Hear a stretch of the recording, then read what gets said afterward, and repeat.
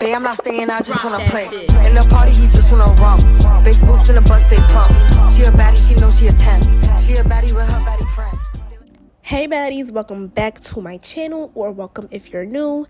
Let me not be rude. For those of you who are new, welcome to Styles by Baddies. I post new videos every week, and they all revolve around beauty-related content, along with me giving a voiceover, telling you guys a story time to keep you entertained. Please, please, please do not mind my voice, y'all. I am sick, and I'm recovering from a cold, but I want to still push out content for you guys.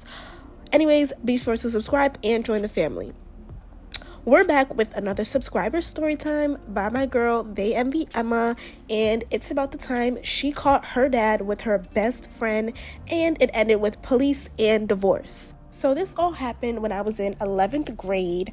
At the time, I had a friend, let's call her Sarah. We weren't like super close, but we hung out a lot, especially when we wanted to skip school and just chill. You know how high school is, it's boring sometimes. And that day, we decided to skip and go back to my house. When we got there, though, I noticed my dad's car in the driveway. My dad worked weird hours, so it wasn't totally unusual, but I knew we couldn't just walk in and announce ourselves. So Sarah and I quietly snuck inside and hid in my room until he left. Once we were sure he was gone, we came out, got comfy, and started watching a movie. Everything was fine at first, but about an hour in, Sarah fell asleep. I got up to grab a snack and used the bathroom, totally unaware that my dad had come back home. As I was heading back to the living room, I stopped in my tracks because I heard voices. I peeked around the corner and saw my dad standing there talking to Sarah. But what he said gave me chills. He looked at her and said, "I thought I told you I never wanted to see you again. And if you got rid of it like I told you to, why are you here?" I froze. I was dumbfounded. Like, what? Got rid of what? And why would he never want to see Sarah again? He eventually walked off, and I acted like I hadn't seen or heard anything. I casually asked Sarah who she was talking to, and she straight up lied to my face. She said, "Oh, no one." At that point, I was already feeling uneasy, so I made up an excuse and told her she needed to leave because my mom was coming home soon. She grabbed her stuff and left, but I couldn't shake the weird feeling that I had.